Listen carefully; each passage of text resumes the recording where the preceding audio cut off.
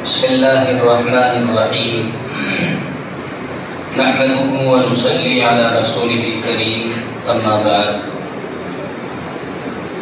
قال الله تبارك وتعالى في القرآن المجيد والفرقان الحميد أعوذ بالله من الشيطان الرجيم بسم الله الرحمن الرحيم إن هذا القرآن يهدي للتي هي أقوم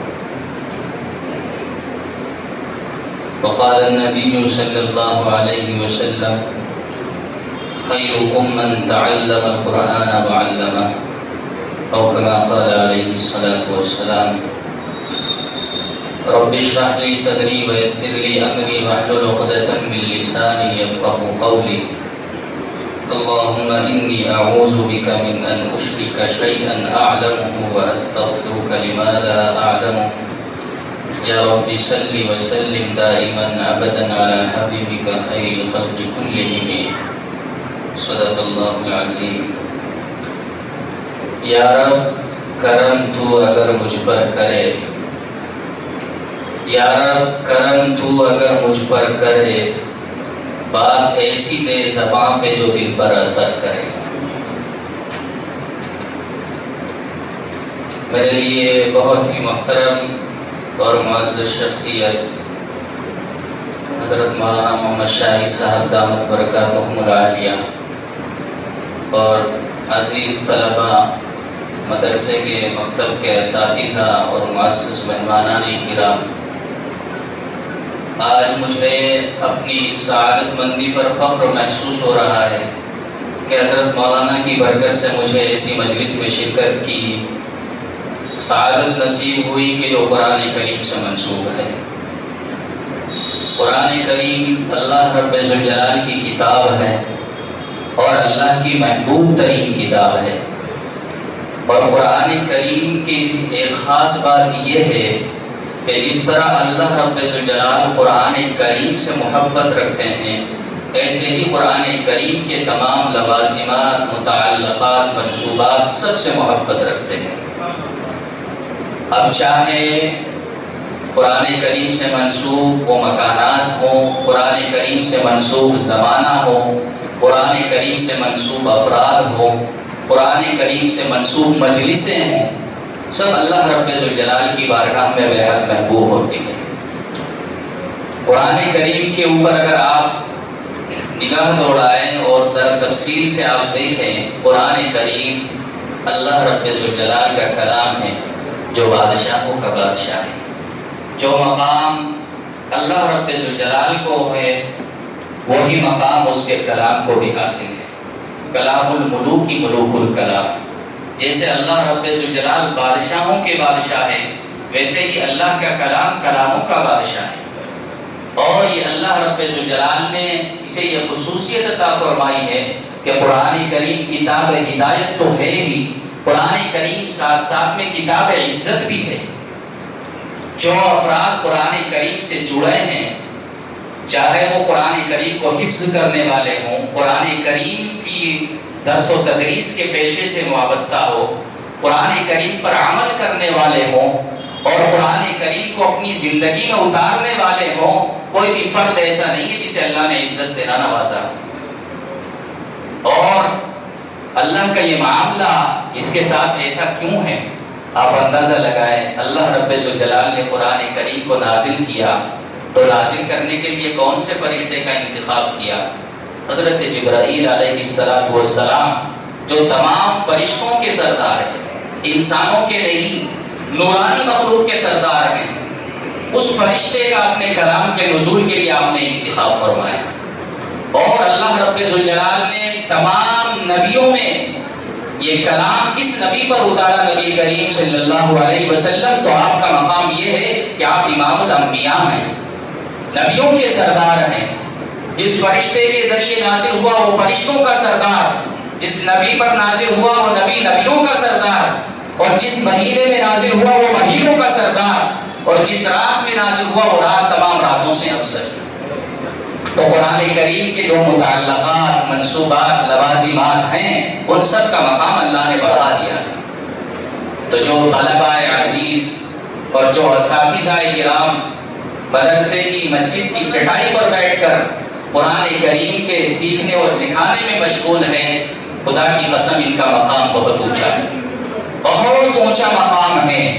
اللہ ہمیں معاف کرے، ہم خود بھی اس کمی میں مبتلا ہیں کہ جو مقام انہیں دینا چاہیے ہم نہیں دیتے، جو وقار ہماری نگاہوں میں ان افراد کی ہونی چاہیے وہ نہیں ہوتی، اور جو اہمیت ہمارے دل میں اس تعلیم کی ہونی چاہیے وہ اہمیت نہیں ہوتی۔ اللہ رب ذوالجلال سے اس بات پر ہمیں سخت توبہ کرنے کی ضرورت ہے، یہ ہماری بہت بڑی غفلت ہے۔ جس چیز کو اللہ نے عزتوں سے نوازا، ہم کون ہوتے ہیں اسے حقیق سمجھنے والے؟ کس نے ہمیں یہ حق دے دیا کہ اللہ رب ذوالجلال کو جن افراد کو عزت دے رہا ہو، اللہ رب ذوالجلال جنہیں اپنے خاص گھر کے لوگ فرما رہا ہو، ان لوگوں کو ہم دنیاوی اعتبار سے کم سمجھنے لگے؟ یہ حق ہمیں ہرگز حاصل نہیں ہے۔ اس وجہ سے اپنی اس کی سوچ اور فکر کی ہمیں سب سے پہلے اصلاح کرنی چاہیے کہ اللہ رب ذوالجلال کے کلام سے وابستہ سب افراد اللہ رب ذوالجلال کے انتہائی محبوب ہیں۔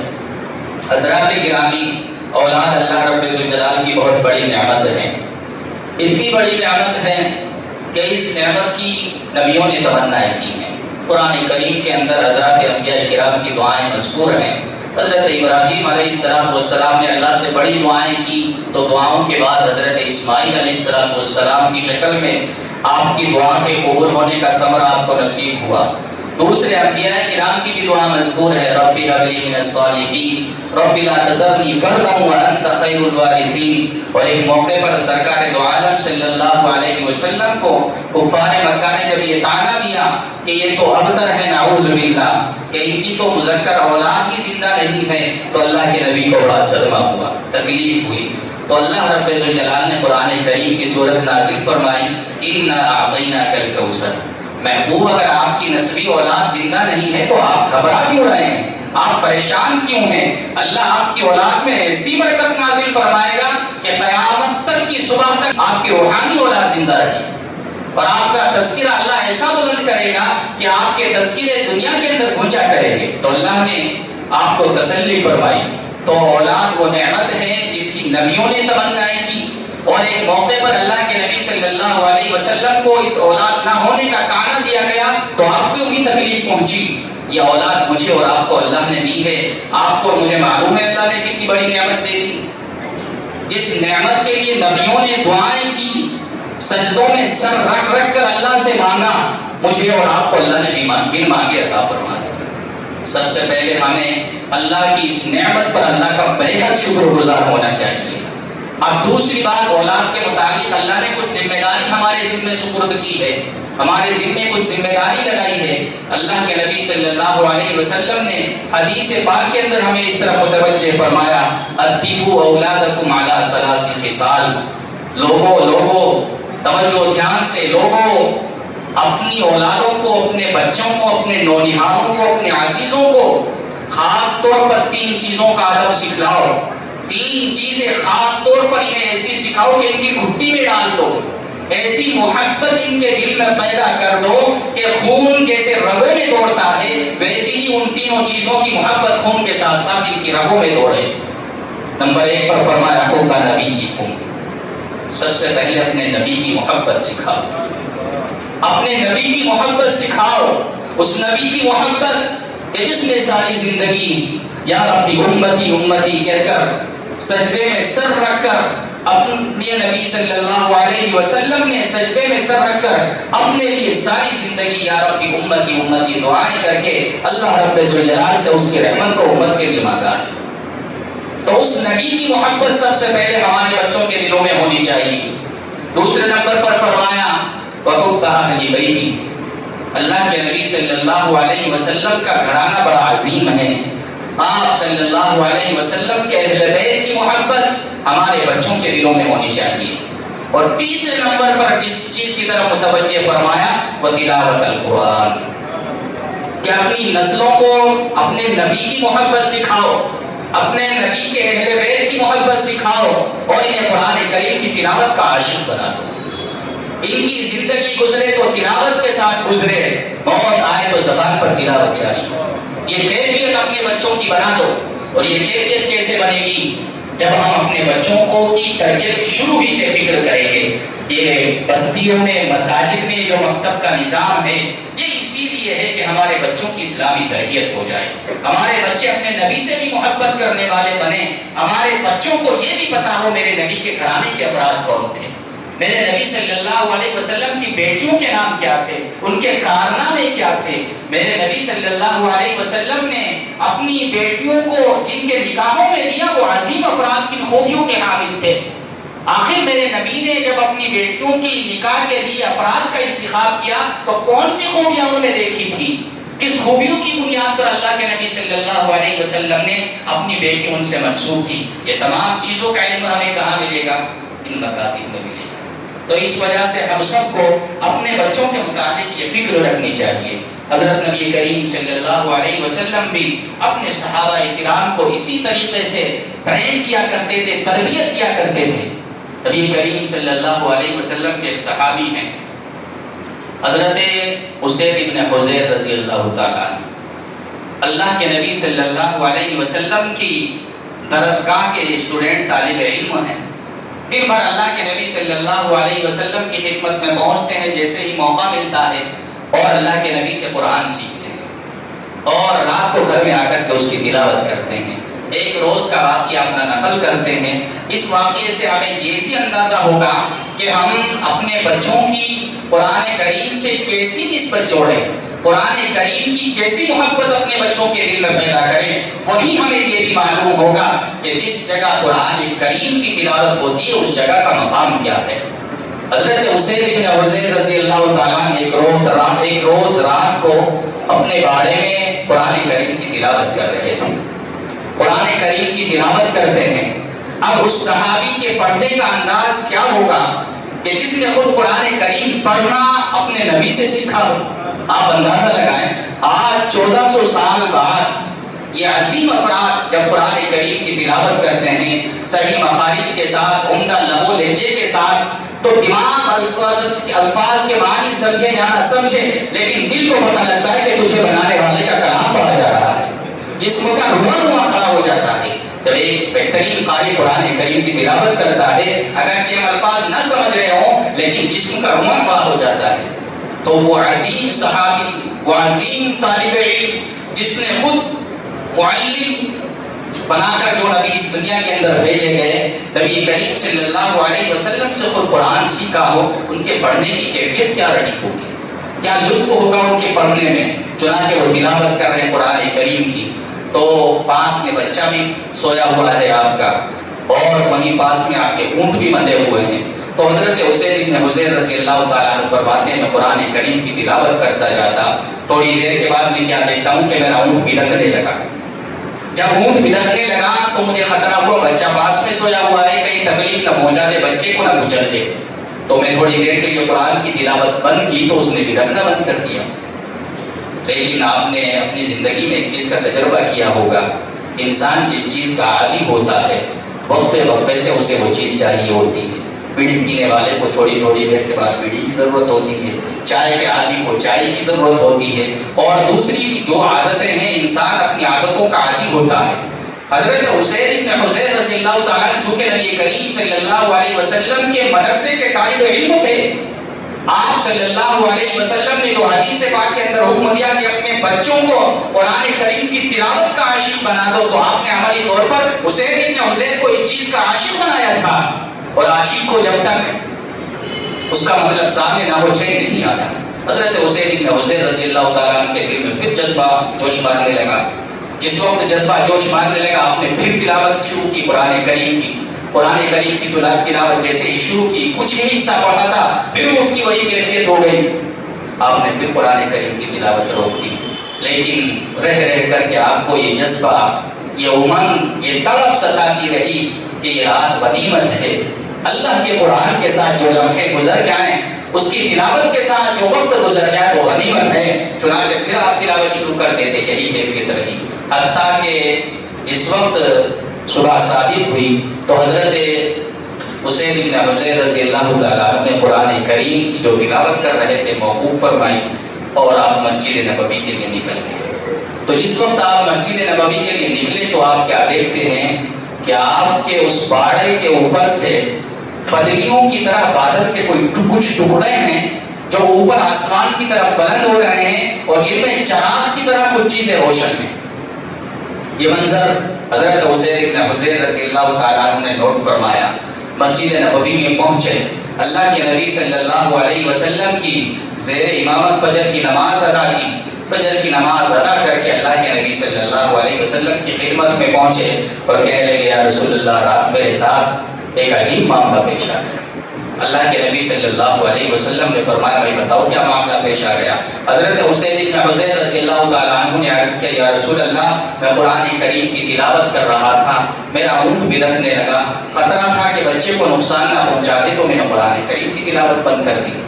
حضرت نبی کریم صلی اللہ علیہ وسلم نے جب یہ سنا تو آپ نے فرمایا کہ عزیر بن حضیر تم تو تلاوت کرتے رہتے۔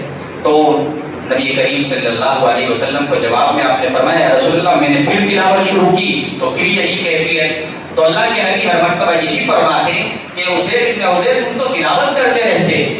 تو حضرت عزیر بن حضیر فرماتے کہ یا رسول اللہ میں صبح شادی تک اسی کشمکش میں رہا ہوں، کبھی تلاوت کرتا ہوں کبھی بند کرتا ہوں اور کبھی تلاوت کرتا ہوں بند کرتا ہوں، اسی حالت میں صبح شادی ہو گئی۔ اور جس وقت میں اپنے باڑے سے نماز کے لیے آ رہا تھا یا رسول اللہ میں نے یہ منظر دیکھا کہ میرے باڑے کے اوپر سے بادل کی کچھ ٹکڑیاں آسمان کی بلندیوں کی طرف اٹھ رہی ہیں اور ان میں چراغ کی طرح کچھ چیزیں روشن ہیں۔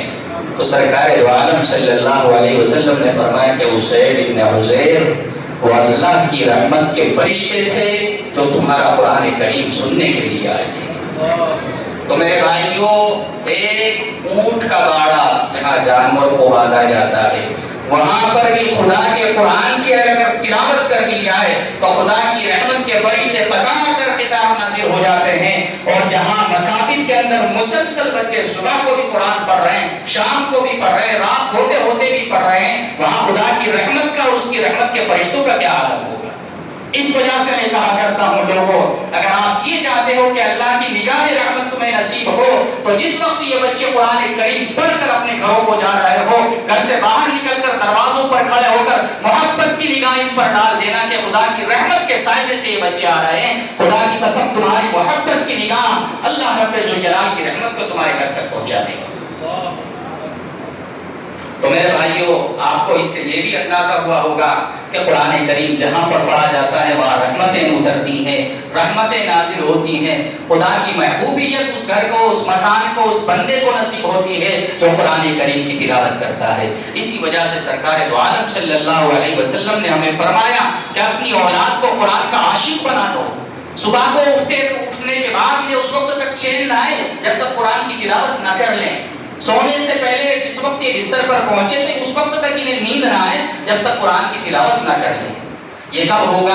جب ہم اپنے بچوں کی تربیت کی فکر کریں گے۔ ہم خود پڑھے لکھے ہیں تو اپنے بچوں کی تربیت کریں۔ اگر ہم پڑھے لکھے نہیں تو مدارس میں مکاتب میں اپنے بچوں کو چھوڑ کر کے جائے کہ میں اپنے بچے کی تربیت ایسے کرنا چاہتا ہوں جیسے میرے نبی نے ارشاد فرمایا۔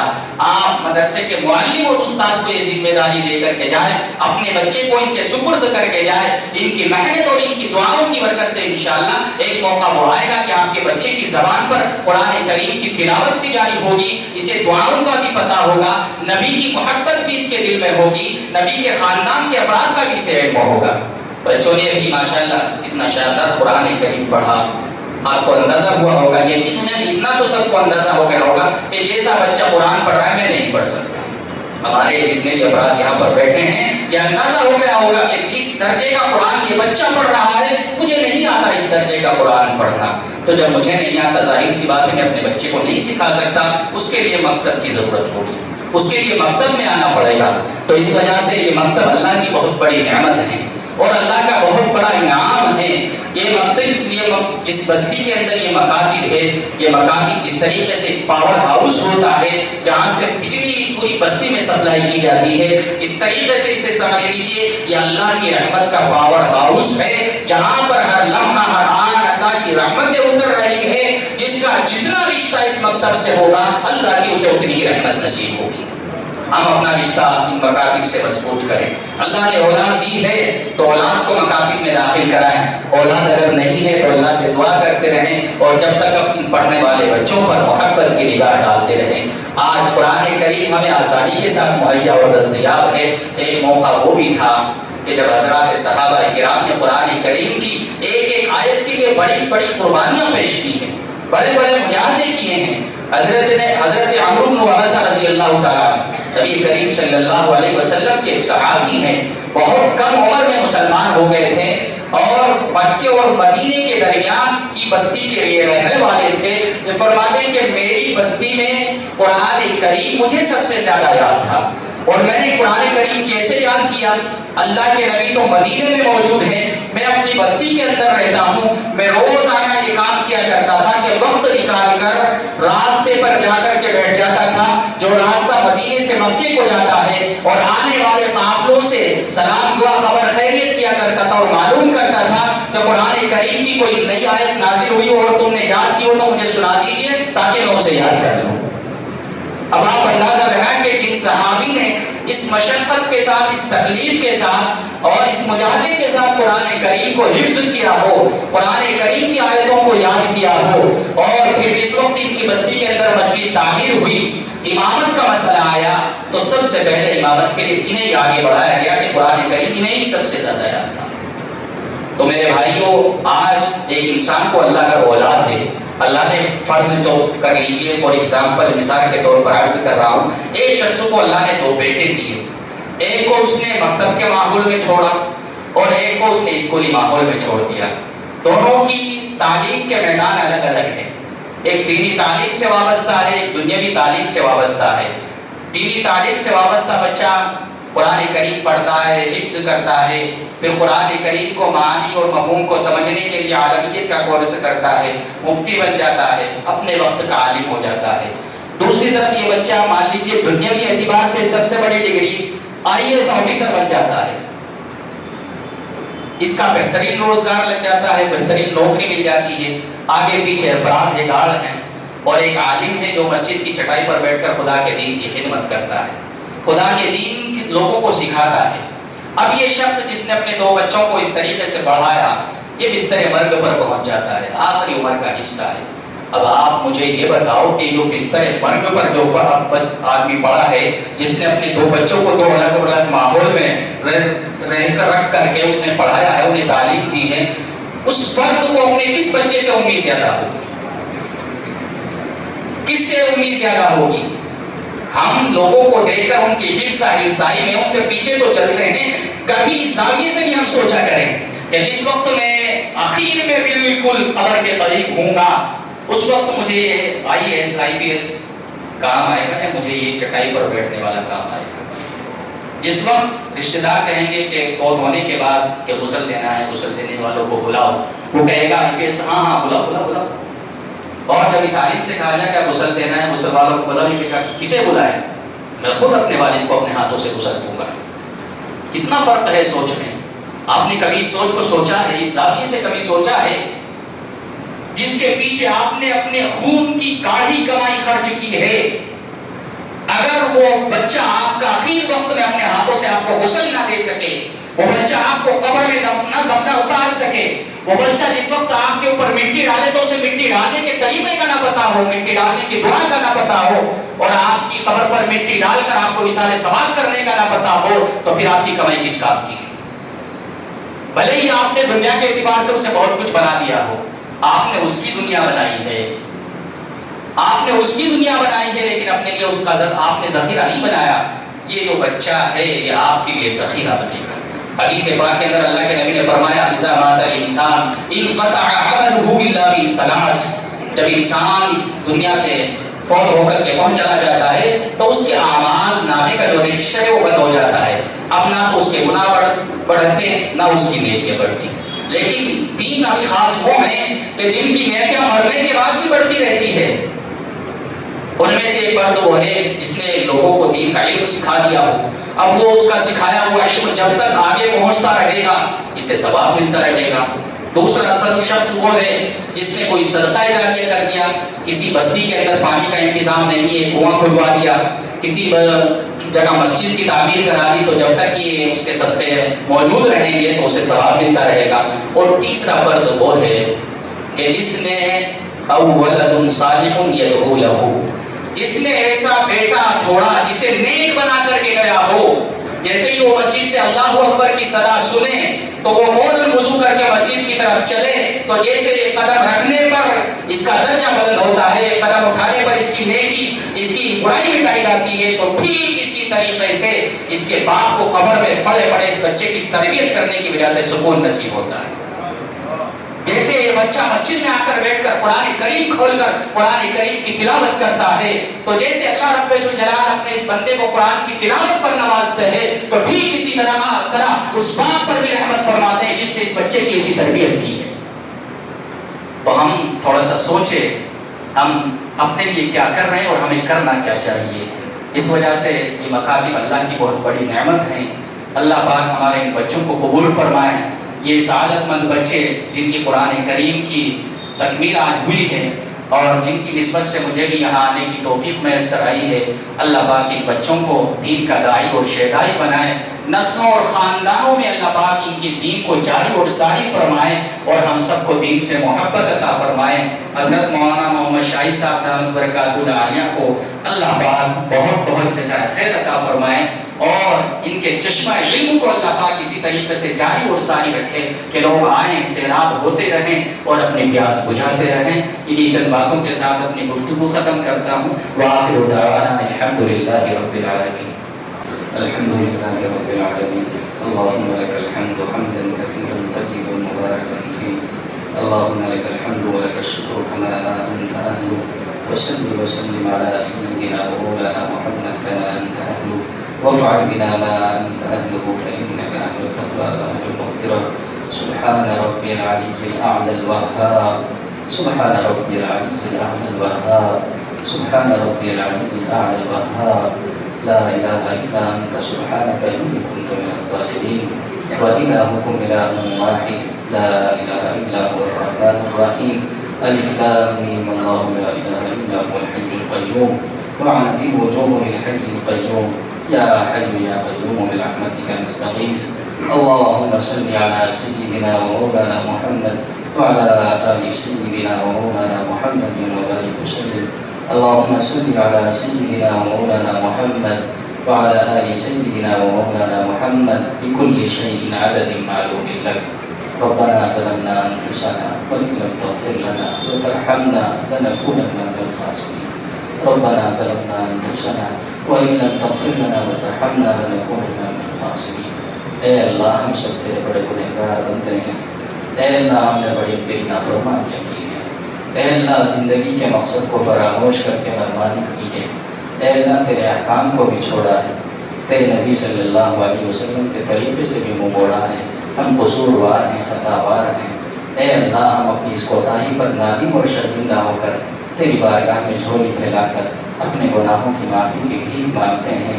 پروردگار عالم ہمیں معاف فرما دے، اے اللہ ہمیں معاف فرما دے، اے اللہ بے شک آپ غفور الرحیم بھی ہیں، اپنے بندوں کو معاف کرنا آپ کو بے حد پسند بھی ہیں۔ اے اللہ تیرے نبی نے بتایا ہے کہ تمہارا رب 70 ماؤں سے زیادہ محبت کرنے والا ہے، اے اللہ تیری اسی محبت کا واسطہ دے کر ہم تجھ سے اپنے گناہوں کی معافی کی بھیک مانگتے ہیں۔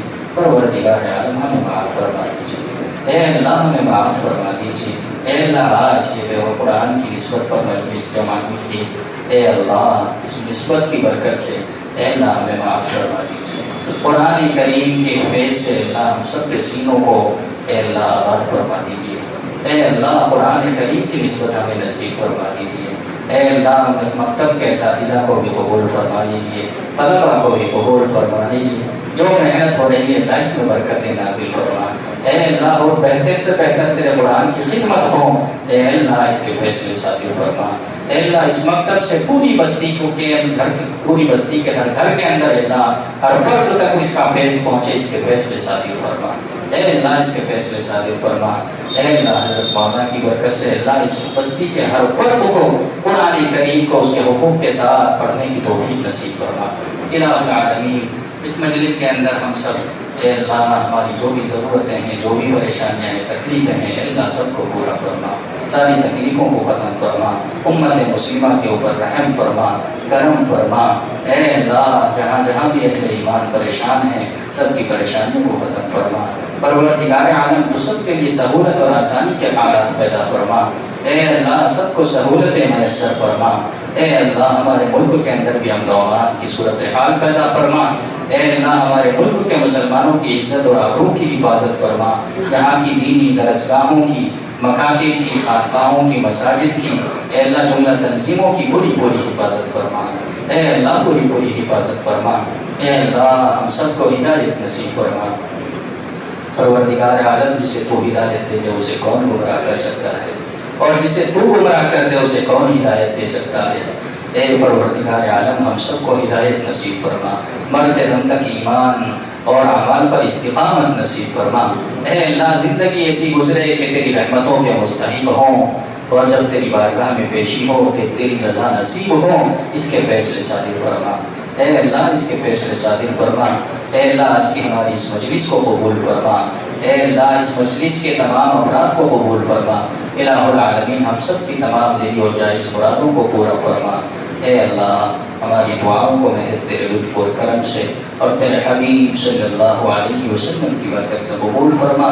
ربنا تقبل منا انك انت السميع العليم وتب علينا انك انت التواب الرحيم وصلى الله تعالى على خير خلقه محمد وآله وصحبه أجمعين برحمتك يا أرحم الراحمين۔